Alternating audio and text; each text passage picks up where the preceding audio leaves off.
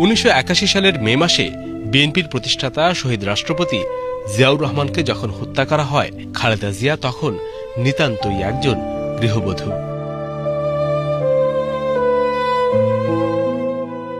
রাজনীতি নিয়ে চিন্তাধারা তো দূরের কথা, রাজনৈতিক কোনো অনুষ্ঠানেও তাকে খুব একটা দেখা যেত না।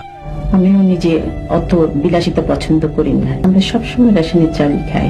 কে আমাকে সে ২০০০ টাকা দিত, ওর মধ্যেই আমার সংসার চালাতে হতো।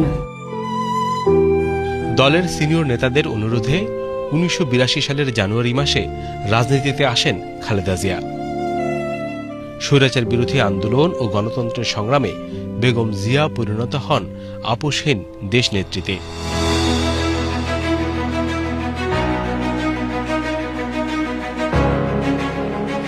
আর এর ১০ বছরের মধ্যেই তিনি প্রধানমন্ত্রী হন।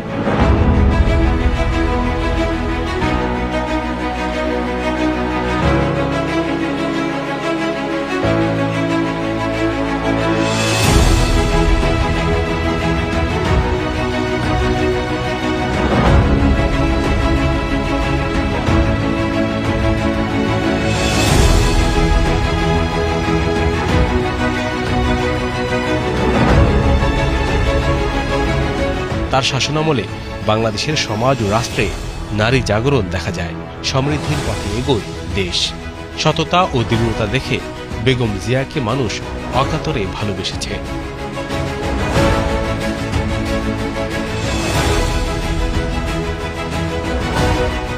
যতবার যেখানেই তিনি নির্বাচনে দাঁড়িয়েছেন, বিপুল ভোটে ৫টি করে আসনে বিজয়ী হয়েছেন তিনি। ভোটের রাজনীতিতে পরাজয় ছিল না তার। তিনবার প্রধানমন্ত্রীর দায়িত্ব নেন জনগণের সমর্থনে। গণমানুষের কাছে বেগম জিয়া ছিলেন ভরসার জায়গা। দেশ ও সার্বভৌমত্ব রক্ষায় তিনি ছিলেন অটল পর্বত প্রমাণ।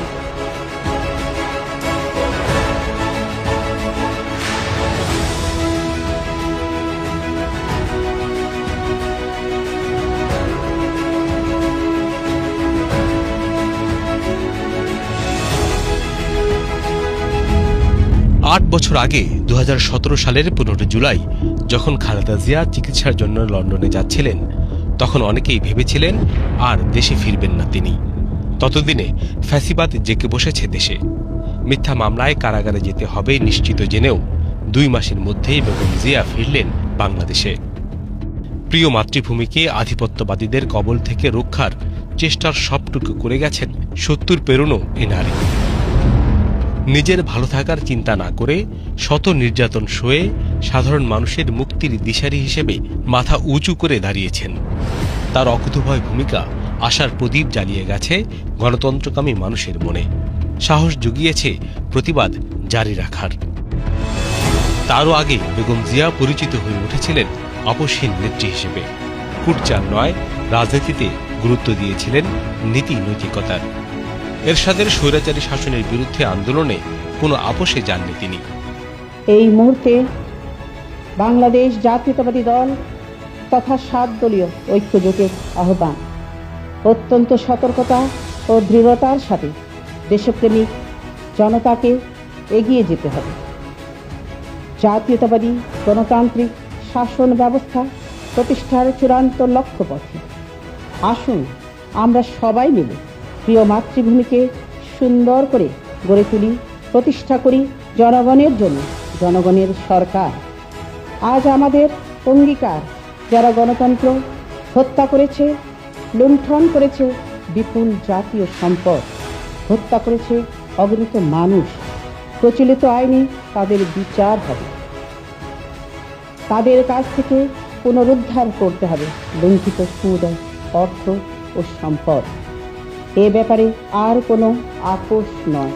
আর ১/১১-তে মঈন ফখরুদ্দিনের সময়ে নিপীড়নের মুখেও রুখে দাঁড়িয়েছিলেন। তার রাজনৈতিক প্রতিপক্ষ দেশ ছাড়লেও নতি স্বীকার করেননি খালেদা জিয়া। দেশের স্বার্থে তার আপোষহীনতা বাংলার ইতিহাসে প্রবাদ হয়ে উঠেছে। খালেদা জিয়ার জন্ম ১৯৪৬ সালের ১৫ আগস্ট দিনাজপুর জেলার ইস্কান্দার মজুমদার ও তৈয়বা মজুমদারের ঘরে। তার বাবা ভারতের জলপাইগুড়ি থেকে বিভক্তির পর তৎকালীন পশ্চিম পাকিস্তানে চলে আসেন। তার আদেবাড়ি মূলত দেশের দক্ষিণ পূর্ব জেলা ফেনীতে।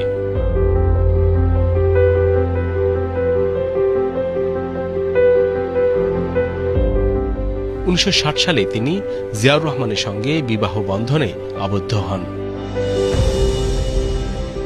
সম্ভ্রান্ত মুসলিম পরিবারে জন্ম নেয়া বেগম জিয়া ঈর্ষণীয় ব্যক্তিত্বের অধিকারী ছিলেন। রাজনীতির মাঠেও তিনি প্রতিহিংসার চর্চা করেননি। তাকে মিথ্যা মামলায় কারাগারে রেখেছিল ফ্যাসিস্ট হাসিনা। বাড়ি থেকে উচ্ছেদ করেছিল এক কাপড়ে। ওনারা ধাক্কা দিয়ে আমাকে গাড়িতে উঠিয়েছেন।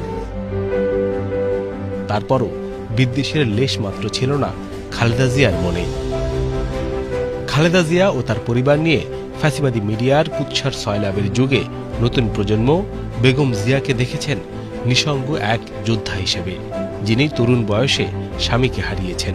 2 ছেলে বাধ্য হয়ে বিদেশ বিভুঁইয়ে, এরই মাঝে ছোট ছেলের মৃত্যু, তারপর প্রবীণ বয়সে কারাবাস।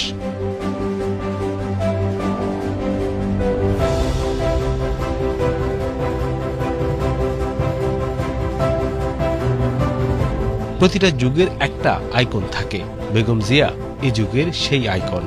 ফ্যাসিবাদের নির্দয় অত্যাধুনিক নাগপাশের মাঝে থেকেও উনি লড়ে গেছেন সর্বোচ্চটা দিয়ে। ওনাকে কেউ কিনতে পারে নাই।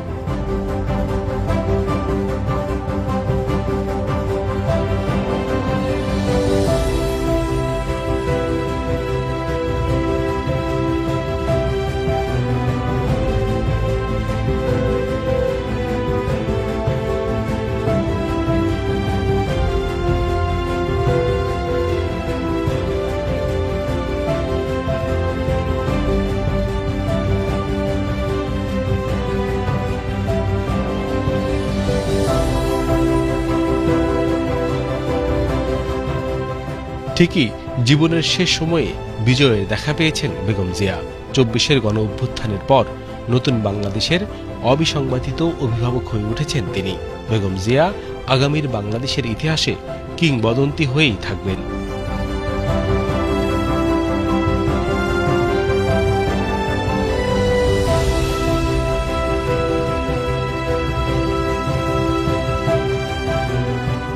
আমাদের জাতীয়তাবাদ, গণতন্ত্র, স্বাধীনতা এবং সার্বভৌমত্বের বিরুদ্ধে পরিচালিত চক্রান্ত এখনো সম্পূর্ণ শেষ হয়নি। যে চক্রান্ত এত সহজে নির্মূল হওয়া সম্ভব নয়, এই সত্যটি সবাইকে সব সময় মনে রাখতে হবে। তা না হলে যে কোনো অসতর্ক মুহূর্তে আমাদের অর্জিত বিজয়ের ফল আবারও বিপর্যয়ের মুখে পড়তে পারে।